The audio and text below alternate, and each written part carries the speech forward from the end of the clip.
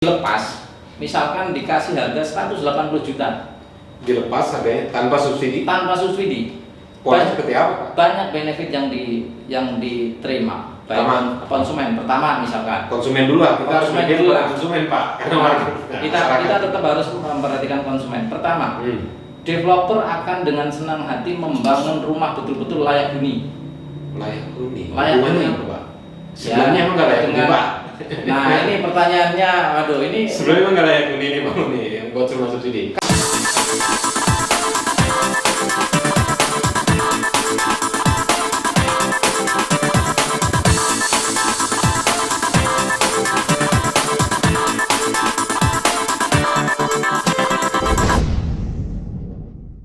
Properti ini kan nggak hanya developer dan konsumen, ada perbankan biayanya, dan belakangan juga mulai bermasalah kan, ada NPL mulai tinggi.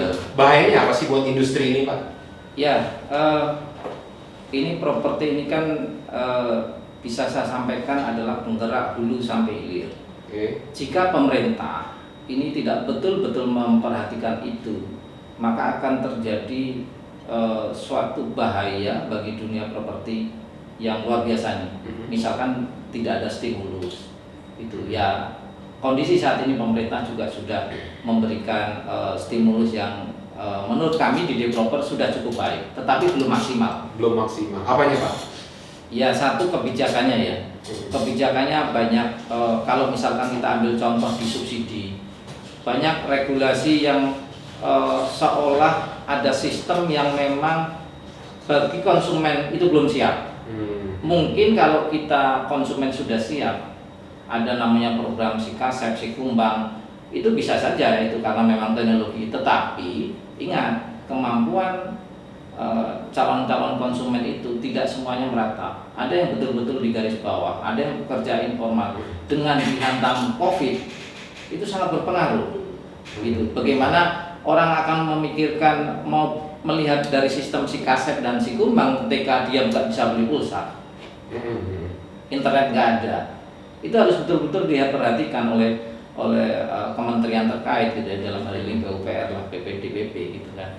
Nah, inilah harapan kami di developer, mungkin dari sisi asosiasi juga, pemerintah betul-betul harus mempunyai solusi gitu. Bukan berarti solusi, kalau saat ini kan solusi pemerintah kan fokus di corona terus sekian triliun, sekian triliun kan gitu. Bahkan mungkin udah mencapai ratusan triliun. Tetapi ketika bicara industri properti, seakan pemerintah memberikan solusinya, stimulusnya ini masih setengah-setengah nih. Setengah-setengah nih. Jadi harusnya dia bisa melihat developer berapa yang sudah kolaps dengan adanya ini, karena sudah memakai fasilitas perbankan, KPL, KYB dan sebagainya. 2 bulan di restruct, dan akhirnya pada nggak kuat bayar, kolaps lah itu developer. Banyak hal yang terjadi ke teman-teman kita, kawan-kawan kita. Harusnya di sini pemerintah sekali lagi, mungkin ada, kalau kondisi sudah normal, usulan kami di developer mungkin yang rumah subsidi itu ya hilangkan saja gitu. Dihilangkan. Kenapa, Pak?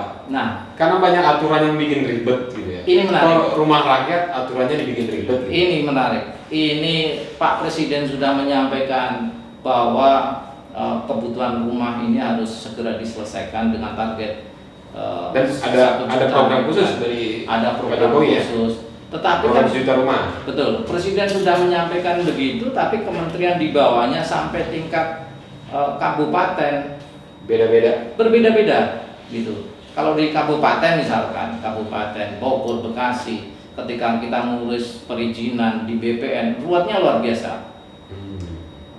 Ya ada hal-hal yang memang ya sangat memberatkan developer. Itu akan berimbas kepada developer, membuat cash flow-nya akan disesuaikan bagaimana nanti akan menjadi nilai jual. Itu sangat berpengaruh. Padahal napasnya developer subsidi ini kecepatan, Pak ya? Kecepatan. Waktu ya? Betul, waktu. Karena nggak bisa mainin harga kan? Betul. Ketika kita main rumah subsidi ini kan sudah dibatasi nih.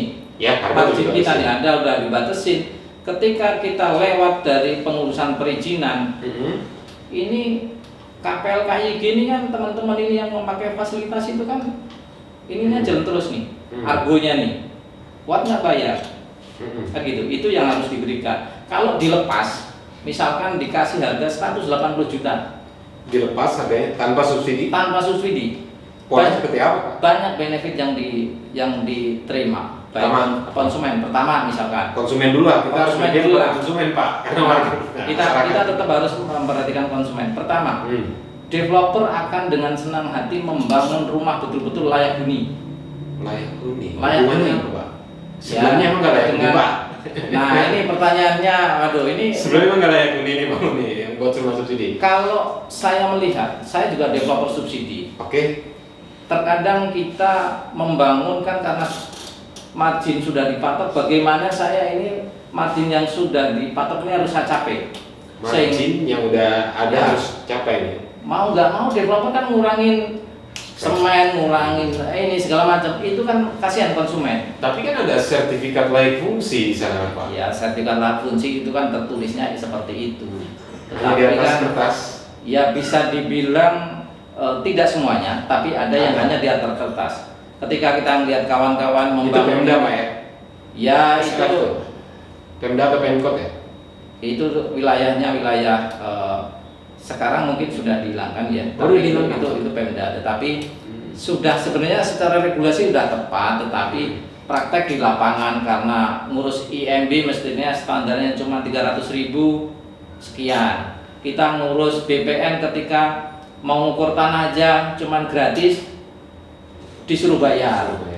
Nah itu hal-hal biaya yang tak terduga itulah yang membuat akhirnya konsumen juga yang dirugikan. Dan tiap daerah berbeda-beda, Pak. Tiap daerah berbeda-beda. Makanya jika subsidi ini dihilangkan, pemerintah juga dapat benefit. Ketika dihilangkan, pajak kan muncul. Pajak muncul, pemerintah dapat income. Perbankan dengan leluasa nih. Dan pemerintah nggak perlu pusing. Dan pemerintah nggak perlu subsidi tiap keluarin pusing. Pak Presiden juga nggak perlu pusing menyampaikan ini loh, saya harus mencari anggaran perumahan sekian. Lepas aja gitu. Di angka 180 juta. Ada beberapa developer yang saya lihat sudah mulai itu. Mendingan main di atas rumah subsidi. Mendingan di atas rumah subsidi, tapi ya nggak terlalu mahal juga. Gitu. Karena joint income kan sudah bisa memenuhi. Antara suami dan istri joint income sudah cukup. Mereka bisa membeli motor Ninja kok masuk angsur rumah 3 juta aja nggak sanggup lah. Kalau subsidi kan cuma 1,4 juta. Ya, gitu. Nah itulah peluang itu baiknya didorong, tetapi juga jangan terlena juga nih pemerintah betul-betul harus jelas nih peruntukannya, jangan sampai kayak tahun lalu. Ya. Sampai kehabisan kuota tahun. Sementara bisnis Bapak harus tetap berjalan. Bisnis kita jalan, karyawan saya terus berjalan, tukang-tukang saya harus tetap makan. Itu harus diperhatikan. Kalau kita ini berjuta-juta, kalau kita di sektor properti ini, kita bisa menyerap tenaga kerja. Jadi Bapak sendiri mungkin udah melakukan buku putihnya soal tadi yang Bapak sebutkan. Rumah nggak perlu disubsidi tapi ada. Ya kembali lagi ke hati nurani developer lah.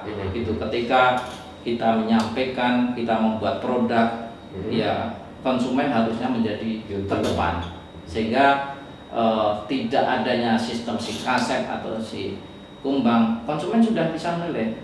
Satu hal misalkan, dengan adanya sistem dan tidak adanya sistem itu, sifat konsumen Indonesia itu harus melihat fisik.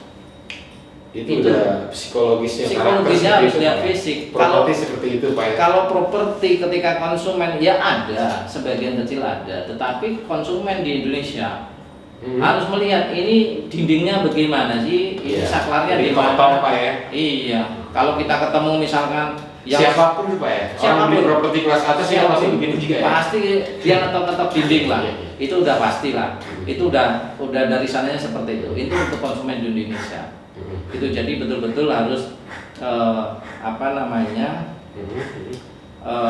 pemerintah ya, kalau saran saya si kasep si kumbang kalau di rumah subsidi ya harus betul-betul diinikan dulu. Jangan nanti kalau kita nih misalkan tantangin PUPR nih atau PPDPP nih, yuk seluruh developer nginput bareng semua ini, cukup nggak gitu? Benefitnya dia untuk menerima satu kirim gambar atau servernya itu kan gitu.